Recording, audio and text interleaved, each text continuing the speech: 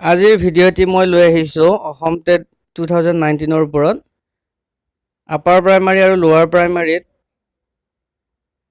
Apply কৰিলে আপোনালোকে কি ধৰণৰ কোৱালিফিকেশ্যন লাগিব সেই সকলোখিনি মই এই ভিডিঅ'টোৰ জৰিয়তে ক'বৰ কাৰণে চেষ্টা কৰিম। এই ভিডিঅ'টি চোৱাৰ পিছত যদি আপোনালোকৰ কিবা সুধিবলগীয়া থাকে তেনেহ'লে কমেণ্ট বক্সত কমেণ্ট কৰি সুধিব পাৰিব। আবেদনৰ মাধ্যম হৈছে অনলাইন। পেপাৰ 1 হৈছে লোৱাৰ প্ৰাইমাৰীৰ কাৰণে আৰু পেপাৰ 2 হৈছে আপাৰ প্ৰাইমাৰী। এতিয়া ইয়াৰ পিছত আহিছে জোন যিখিনি নটিফাইড কৰিছে।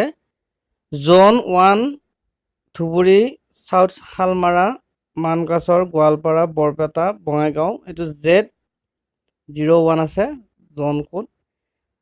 জোন নম্বৰ 2 হৈছে বাক্সা, চিৰাং, কোকৰাঝাৰ আৰু ওদালগুৰি। ঠিক তেনেদৰে 3 নম্বৰ জোন আছে নলবাৰী, কামৰূপ মেট্ৰ', দৰং, মৰিগাঁও, নগাঁও, হোজাই। 4 নম্বৰটো আছে গোলাঘাট, যোৰহাট, মাজুলী, শিৱসাগৰ, ডিব্ৰুগড়, তিনিচুকীয়া, চৰাইদেউ। 5 নম্বৰটো আছে শোণিতপুৰ, বিশ্বনাথ, ধেমাজি, লখিমপুৰ। 6 নম্বৰটো আছে কাৰ্বি আংলং, ডিমা হাছাও, ৱেষ্ট কাৰ্বি আংলং। 7 নম্বৰটো আছে কাছাৰ, হাইলাকান্দি আৰু কৰিমগঞ্জ। এইখিনি কোডকেইটা যেতিয়া অনলাইন এপ্লিকেশ্যন কৰাৰ সময়ত এই কোডকেইটা বহুৱাই দিব লাগিব। ইয়াৰ পিছত আছে ইলিজিবিলিটি ক্ৰাইটেৰিয়া। কেণ্ডিডেটজন পাৰ্মানেণ্ট ৰেচিডেণ্ট অফ আছাম হ'ব লাগিব, PRC থকা হ'ব লাগিব আৰু তেওঁলোকৰ যিখিনি মিনিমাম কোৱালিফিকেশ্যন তলৰ ফালে ডেছক্ৰাইব কৰা আছে সেইখিনি মই আপোনালোকক জনাই দিছোঁ। Minimum qualification for appearing in lower primary TET class 1ৰ পৰা ক্লাছ 5লৈকে এপ্লাই কৰিব লাগিলে কি কোৱালিফিকেশ্যন লাগিব। হায়াৰ ছেকেণ্ডাৰীত 50% লাগিব আৰু 2 বছৰীয়া diploma in elementary education complete হ'ব লাগিব, বা হায়াৰ ছেকেণ্ডাৰীত 50% থাকিবই লাগিব আৰু লগতে 4 বছৰীয়া bachelor of elementary education complete কৰা হ'ব লাগিব। ইয়াৰ পিছত আৰু আছে ছিনিয়ৰ ছেকেণ্ডাৰীত 50% পোৱা হ'ব লাগিব আৰু 2 বছৰীয়া diploma in elementary education special education লিখা আছে ব্ৰেকেটত, সেইটো কমপ্লিট কৰা হ'ব লাগিব, বা গ্ৰেজুৱেশ্যনৰ লগতে 2 বছৰ diploma in elementary education complete হ'ব লাগিব।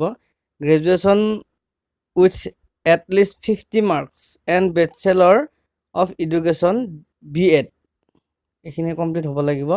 ইয়াৰ পিছত আছে minimum qualification for appearing in upper primary UP ছেকশ্যনত ক্লাছ 6ৰ পৰা 8লৈকে যিখিনি কোৱালিফিকেশ্যন আছে সেইখিনি কৈ দিছোঁ। গ্ৰেজুৱেশ্যন হ'ব লাগিব আৰু 2 বছৰীয়া diploma in elementary education complete হ'ব লাগিব, বা গ্ৰেজুৱেশ্যন 50% থাকিব লাগিব আৰু তাৰ লগতে এবছৰীয়া বেচেলৰ ইন এডুকেশ্যন কমপ্লিট হ'ব লাগিব। ছিনিয়ৰ ছেকেণ্ডাৰীত 50% লাগিব আৰু লগতে 4 বছৰীয়া bachelor of elementary education complete হ'ব লাগিব। আৰু এটা আছে হায়াৰ ছেকেণ্ডাৰীত 50% আৰু 4 বছৰীয়া BA/BSc ED or BA BEd BSc ED।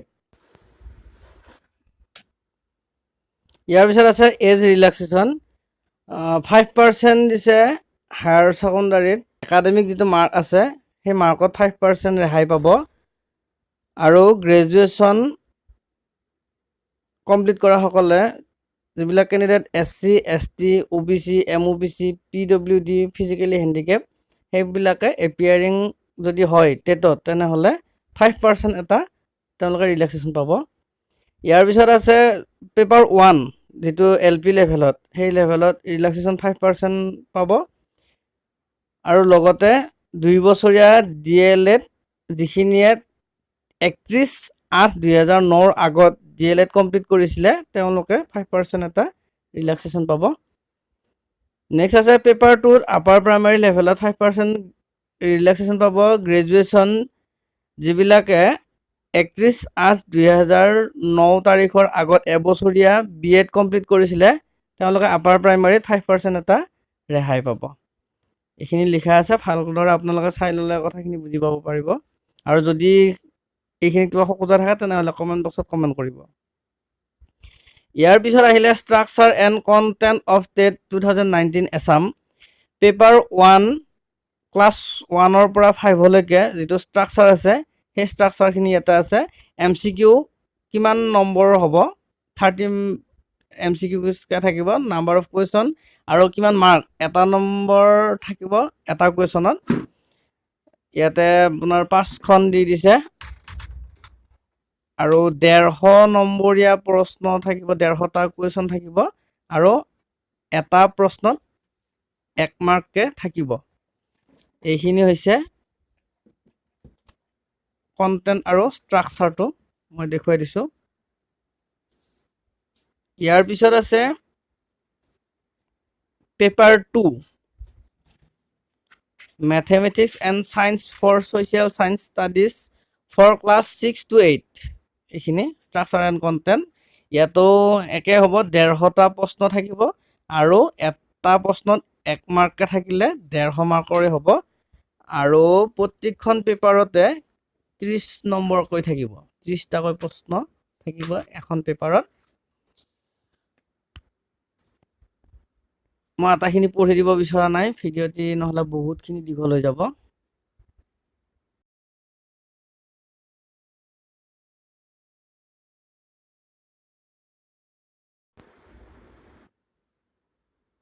ইয়াৰ পিছত ডিউৰেশ্যন অফ এক্সামিনেশ্যন কিমান টাইম থাকিব 2.5 ঘণ্টাকৈ থাকিব 150 মিনিট আৰু পেপাৰ 1 আৰু পেপাৰ 2ৰ কাৰণে 150 মিনিটে থাকিব আৰু যিখিনি ফিজিকেলি হেণ্ডিকেপ আছে তেওঁলোকৰ কাৰণে এডিশ্যনেল ভাৱে 20 মিনিট সময় এটা বেছি কৰি দিয়া গৈছে minimum marks of qualifying in TET minimum 150ৰ ভিতৰত 90 পাব লাগিব স্কোৰ হিচাপত 60% পাব লাগিব আৰু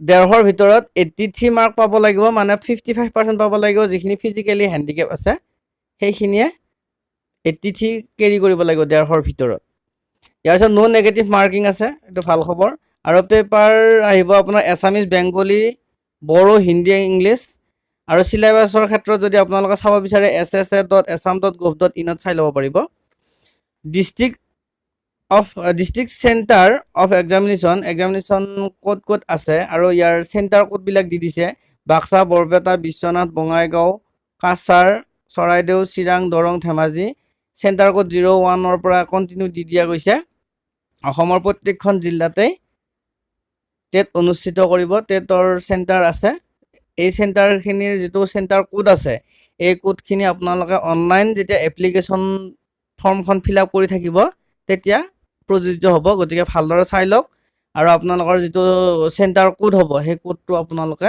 নিৰ্বাচন কৰি দিব লাগিব আৰু এডিশ্যনেল যিখিনি লিষ্টত চেণ্টাৰ আছে ধুবুৰী ডিব্ৰুগড় ডিমা হাছাও গোৱালপাৰা গোলাঘাট হাইলাকান্দি হোজাই যোৰহাট কামৰূপ মেট্ৰ' আছে কামৰূপ আছে কাৰ্বি আংলং আছে এনেধৰণৰ আটাইখিনি পাব ভেলিডিটি আছে 7 years from the date of issue of the certificate by the empowered committee TET government of Assam আৰু ইয়াৰে যিটো ইম্পৰ্টেণ্ট ডেট আছে অনলাইন এপ্লিকেশ্যন 2 তাৰিখৰ পৰা আৰম্ভ হ'ব আৰু লাষ্ট ডেট হৈছে 17 তাৰিখ আল্টিমেট 15 দিন দি দিছে 30 তাৰিখ হ'ব আপোনাৰ এডমিট আৰু 20 তাৰিখ 20/10 আছে আপোনাৰ পৰীক্ষা পেপাৰ 1 জেনেৰেল কেটেগৰী 325 টকা আৰু OBC SC ST কাৰণে 300 টকা হ'ব পেপাৰ 2ৰ কাৰণে হ'ব 325 টকা জেনেৰেল কেটেগৰী আৰু SC ST OBC এইবিলাকৰ কাৰণে 300 টকা হ'ব আৰু যদি দুখন পেপাৰত এপ্লাই কৰিব বিচাৰে তেনেহ'লে এইটো ডাবল হৈ যাব পইচাটো এতিয়া step of submission online application form and examination fees এইটো দুটা ৱেবছাইট দিছে এই ৱেবছাইট দুটাত চাই ল'ব পাৰিব লগইন কৰি মেনুৱেল ইনষ্ট্ৰাকশ্যন মেনুৱেলখন ডাউনলোড কৰি তাতে পঢ়ি চাব পাৰিব ইয়াৰ পিছত আছে আপোনাৰ অনলাইন এপ্লিকেশ্যনখন আপোনালোকে ভালকৈ কেয়াৰফুলি পঢ়ি চাব সাবমিট কৰাৰ আগত পাছপোৰ্ট সাইজৰ ফটো তাৰপিছত সিগনেচাৰ আটাইখিনি চাই ল'ব অনলাইন ডেবিট ক্ৰেডিট কাৰ্ডৰ জৰিয়তে পে'মেণ্ট কৰিব লাগিব আৰু এখন এপ্লিকেশ্যন প্ৰিণ্ট আউট কৰি ল'ব লাগিব তেতিয়া আপোনালোকৰ অনলাইন সাবমিশন কমপ্লিট হ'ব ইয়াৰ পিছত আছে ইম্পৰ্টেণ্ট পইণ্ট এই পইণ্টকেইটা মই অলপমান কৈ দিছোঁ টেষ্টটো হ'ব লোৱাৰ প্ৰাইমেৰী আৰু আপাৰ প্ৰাইমেৰী দুটা খণ্ডতে হ'ব ইয়াৰ পিছত আছে আপোনাৰ যদি কোনোবাই দুয়োখন পেপাৰ এপ্লাই কৰিব বিচাৰে তেনেহ'লে ছেপাৰেটলি দুয়োখন এপ্লাই কৰিব পাৰিব আৰু পইচাখিনি ৰিফাণ্ড কৰা নহয়। এবাৰ যদি পে'মেণ্ট কৰা যায় তেনেহ'লে সেইটো পে'মেণ্ট আৰু কোনো কাৰণত এইটো ৰিফাণ্ড কৰা নহ'ব। আৰু আপোনালোকৰ পৰীক্ষাৰ আগত কোনো ধৰণৰ ডকুমেণ্ট ভেৰিফিকেশ্যন নহয়। যেতিয়া টিচাৰ এংগেজমেণ্ট প্ৰচেছ আৰম্ভ হ'ব তেতিয়াহে ভেৰিফিকেশ্যন কৰা হ'ব বুলি ইয়াতে ইম্পৰ্টেণ্ট পইণ্টত লিখি দিছে। আৰু যিটো পে'মেণ্ট কৰিব লাগিব সেই পে'মেণ্ট কৰাৰ অনলাইন মোড হ'ব। পে'মেণ্ট ফিজটো অনলাইন মোড পে'মেণ্ট কৰিব লাগিব। ইয়াৰ পিছত 33খন ডিষ্ট্ৰিক্টতে কি কৰিব পাৰিব, কেণ্ডিডেটে এক্সামিনেশ্যন দিয়াৰ সুবিধা লাভ কৰিব পাৰিব। আৰু যদি ইনকমপ্লিট হয় তেনেহ'লে চামাৰিলি ৰিজেক্ট কৰা হ'ব।